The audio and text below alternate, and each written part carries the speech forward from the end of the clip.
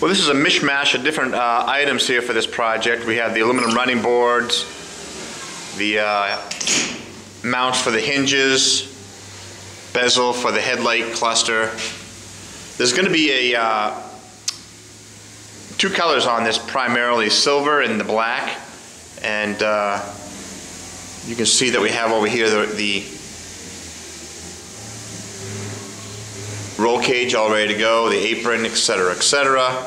We also have over here our fuel tank cover, which was done,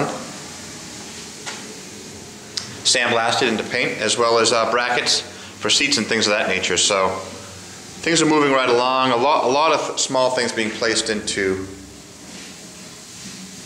primer, sealer, ultimately paint.